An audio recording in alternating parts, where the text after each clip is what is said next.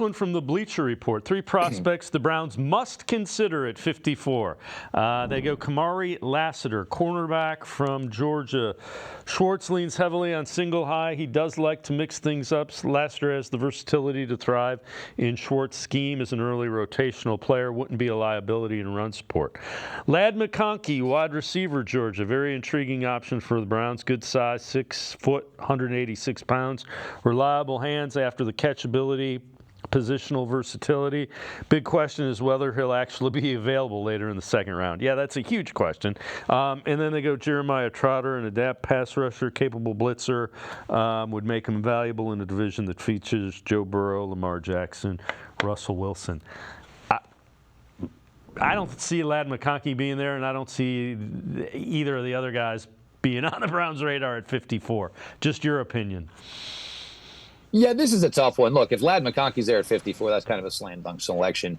I think he is just somebody that has so much athletic ability. You know, the tape was really solid. And Georgia isn't one of these teams that plays like modern college football teams. Georgia always invests in recruiting. They have great offensive line. We've seen that the last few years.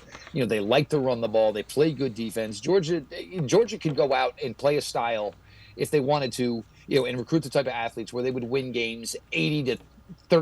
It's just not the way they do it. They want to play shorter games. They play good defense. They want to run the ball. They want to expose a lot of players, because when you are a blue chip program and you keep bringing in these 5-star recruits, there's got to be playing time for these guys, which means, you know, guys are getting pulled third quarter, if not earlier. But Lad McConkey certainly could have put up more statistical production in his time in Georgia. He's going to be a great NFL player.